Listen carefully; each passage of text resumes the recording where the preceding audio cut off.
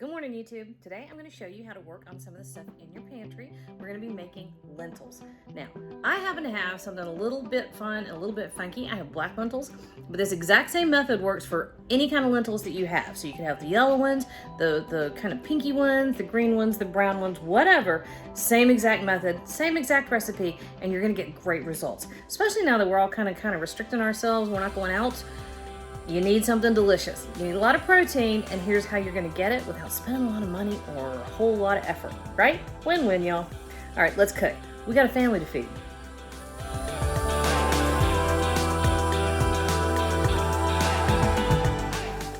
Okay, here we go. This one's kind of fun. All right, so this works for whatever kind of lentils you have. I just happen to have these, which are black lentils, which I ordered online a little while ago, and I absolutely love them. They're fun, and they don't take a whole lot of time to cook. These will be done in 45 minutes, okay? That's the cool thing about lentils. You don't have to do the whole soaking thing, okay?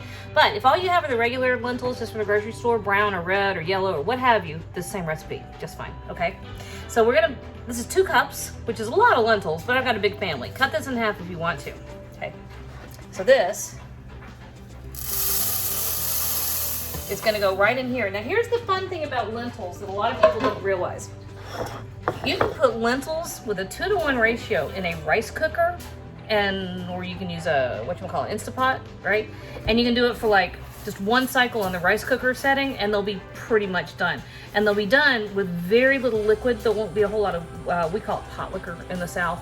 I like pot liquor. We like the juicy stuff. We can always drain it if we don't want to serve it, but we like to sop. We're sopping kind of folks.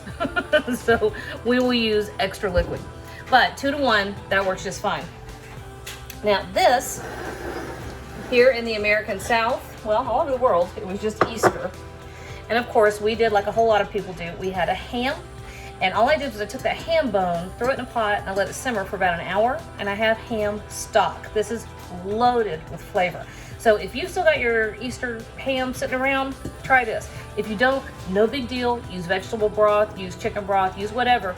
Got about a quart. I'm gonna add an additional couple of cups so that we have some of the extra juice, okay? So, 1 quart.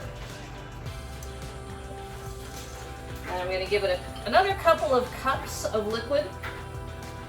And as they're cooking, if they start to look a little drier than I want them, I'll just add a little more. Not exact, you don't have to kill yourself. All right, to this, we're gonna add a couple things. About a teaspoon of paprika,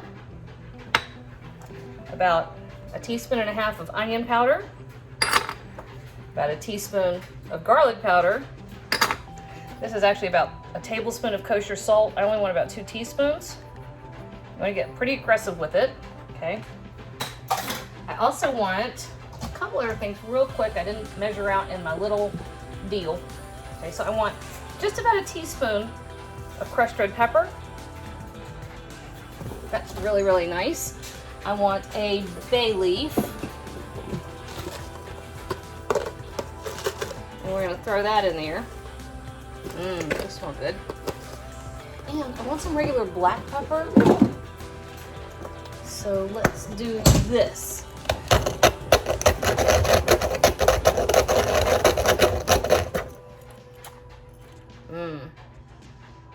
There's about 2 teaspoons in there.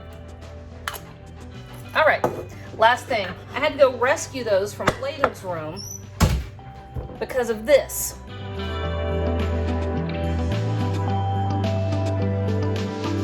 Tony, y'all have seen Tony, he's the contractor, found a couple of baby bunnies a few days ago. Of course, it was right before Easter. And Bladen and Brent both desperately want to be mothers, they just do. And so, of course, they brought home the baby bunny, who's now Bun Shapiro.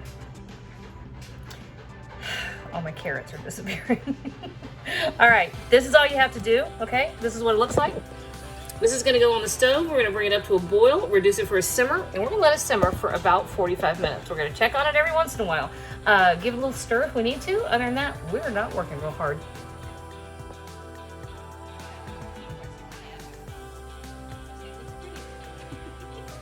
So actually, okay, it went a little longer than it was supposed to. I had to go run over the apartments and then Brent had me go to Lowe's, and then Kenzie called, and she wanted to know if she could have her phone, and then Joey, I don't know, what were you talking? Oh, you were calling, asking what chores you had to, anyway. All I did was I had Lance turn it way down and let it sit. So at 45 minutes, the beans are going to be nice and tender, the lentils, but they're still going to be independent. Independent, that's not the right word. Individual, right? They're not going to turn to mush. If you let it keep going, it will get real soft and mushy. Right now, there's still a little bit of bite, a little tooth to it. All right, let's dish up. There we go.